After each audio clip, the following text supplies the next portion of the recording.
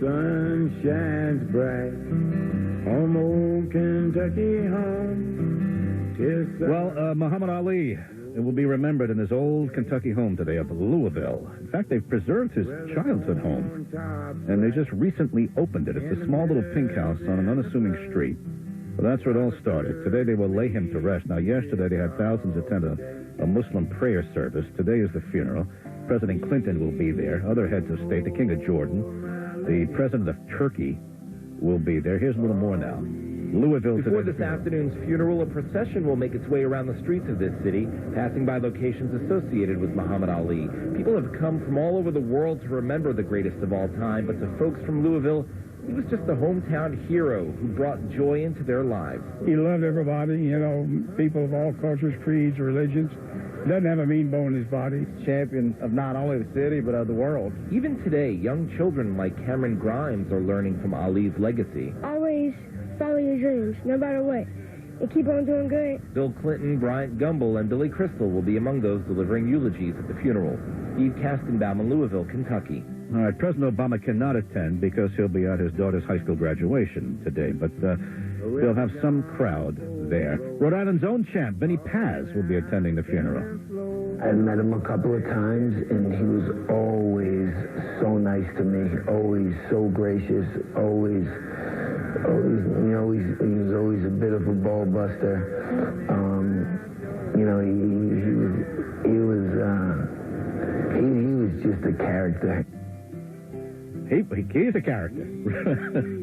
Jimmy Birchfield, the great Rhode Island promoter, remembers his friend Muhammad Ali. He came to Rhode Island. Jimmy showed him around years ago. And Gene, I'm going to just tell you what Muhammad was all about.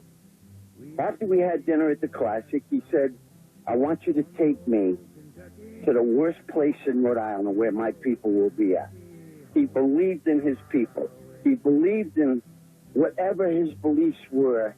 He was unbelievable. So I'm thinking where I'm going to take him, so I took him to a place called Tilly King's near Rhode Island Hospital up in South Providence, and we walked in, and there were about 15, 20 people there, and half of them were feeling good. Their heads are down on the table. Nobody recognized Muhammad Ali. So finally the bartender says, oh, my God, that's Muhammad Ali. Everybody got up. He sat with each one of these people. He talked with them. He took pictures. He said, what are you going to do with your life? It's important to me on what you're going to do with your life. He said, now I'm going to give you a little present. If you promise me you're not going to buy a drink, you're not going to do drugs, he gave every one of them people in the restaurant, in the bar, $50. Wow, that's a great story. That's who Muhammad Ali was. All right, Jimmy Birchfield. Another Rhode Islander who met him was a guy named Ken Petrucci. Years ago, Ken wrote a book of poetry, sent it to Muhammad Ali. The champ liked it. In fact, there's a little clip of the champ talking about the book of poetry. He liked Ken's poems.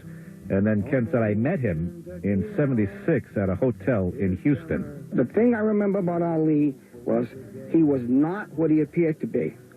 He was not clowning around. He was philosophical, spiritual. And the most important thing I remember about him in my discussions is he could see right through you. It's as if you were just transparent. His presence and aura was unreal. All right, so 3 Rhode Islanders who met Muhammad Ali. By the way, Ken's got a book out, What to Do When People Become Difficult. You could buy it on Amazon. It's published by Wisdom Wagon. He's a Rhode Islander who met Muhammad Ali.